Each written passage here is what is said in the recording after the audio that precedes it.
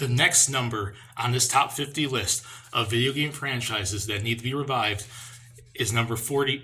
That's backwards. 42, and it's going to the Bushido Blade franchise. For those of you that don't know what Bushido Blade is, it is a fighting game franchise that was released back on the PS1 by developer Lightweight. It was developed by or published by Sony, but also in Japan it was published by Square, and this was before they became Square Enix, so just Square Soft. It is essentially a semi-realistic 3D fighting game based off I forgot exactly what period of Japan it is, but with katanas and sword wielding. It's weapon gameplay, essentially like what Soul Calibur would be, but way more realistic. There is no health gauge. You hit an opponent right, you can severely handicap him, or you would win the match. It's realistic. Like, you get one good slash and you're going to defeat your opponent. It was an interesting game. It was unique and different. As me as a fighting game fan, I love stuff that's unique and different. It's not the exact same thing over and over and over again. So,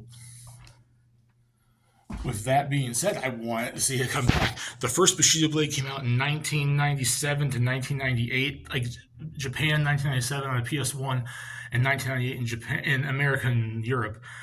The second Bushido Blade came out in 1998, so pretty much like we kind of got the first two games in the same year.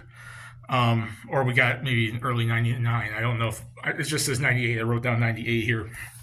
But between 1997 and 1999, we had the two Bushido Blade games on the PS1, and we have not seen a game since then, and that's now going on 25 or so years since the Bushido Blade ever got a game. The difference is with Bushido Blade, the creators of them, Lightweight, made a kind of a spiritual successor franchise called Kengo, and that started on the PS2 in 2000, 2001, and that's had numerous sequels since then. And it takes to the gameplay. It's kind of more realistic style, samurai, sword fighting, Sengoku period style fighting game, but it's kind of a little bit more story driven rather than just kind of like a fighting game, more of an action adventure sword slashing style game.